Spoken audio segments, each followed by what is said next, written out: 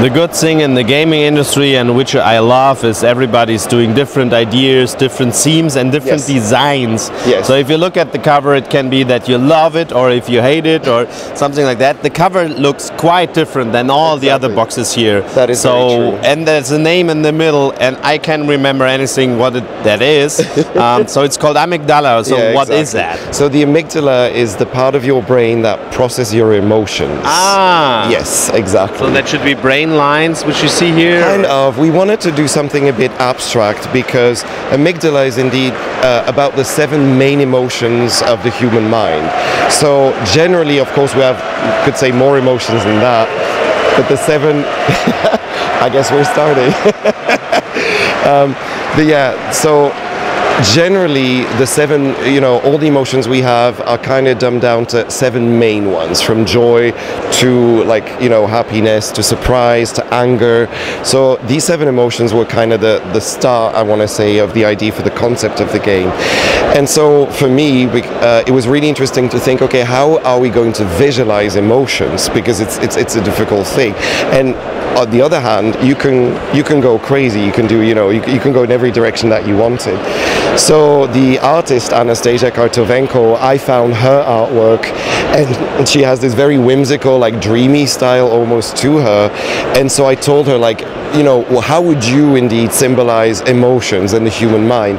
And she came up with the idea of having indeed something quite organic and something almost, I want to say, that's in between nature and the abstract, because we didn't want it to be something very specific. We wanted to be something indeed that looks really different, because we want people to basically let their imagination run free on this one.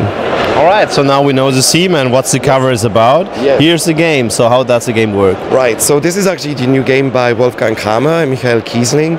And so this is our 3rd collaboration now, and this is the first time we've really done an abstract game with them. And so the idea of the game is that every player will have a setup that shows a number of tiles showing combinations or pairs of emotions. So you have all these tiles, and everybody starts with the same setup. It's randomized, but you all start with, all the same tiles in the same location. And the idea of the game is that you have this big board over here where you're going to basically travel. You have what we call a mood marker, and the mood marker is going to travel across the board as you please. And so the aim of the game is to actually, first of all, get these emotion leaves, these that are going to allow you to unlock the emotion tiles on your board. So you need to store them and then use them to actually unlock specific tiles at the edge of your board, because you cannot take any tile just like that. You have to work from your outside in, and you need to use this little thought cloud, and the cloud kind of moves on a tile, and he always goes from one adjacent tile to the next.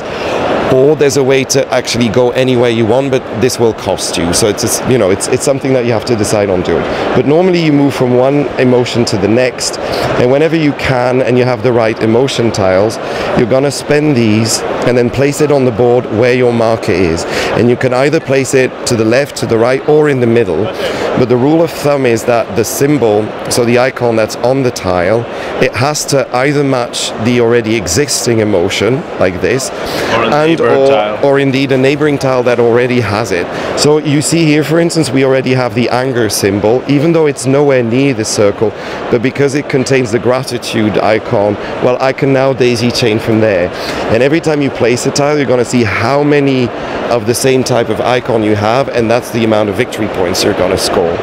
And as you process, what's going to happen is the minute you have these little zones and they don't touch any token at all anymore, you're going to receive what's on this little location. So I would get a thought cloud, I would get some money, I would get a happiness token. And then you have to store them here, but you have this little bank almost that stores all of your resources, but you only have 10 spots for everything. So that means that you have a very limited amount of space, and you really have to think, okay, what do I really want to keep? What do I really need to spend to make room for everything else? Because you want to find a balance between indeed placing enough emotion tokens on the board, but also scoring points regularly through other means as well. So the rules are actually very simple. It's by far, I think, the shortest rule book we've done in a long time, but it's very strategic, it's very fun, it's very interactive, so it's a really good time.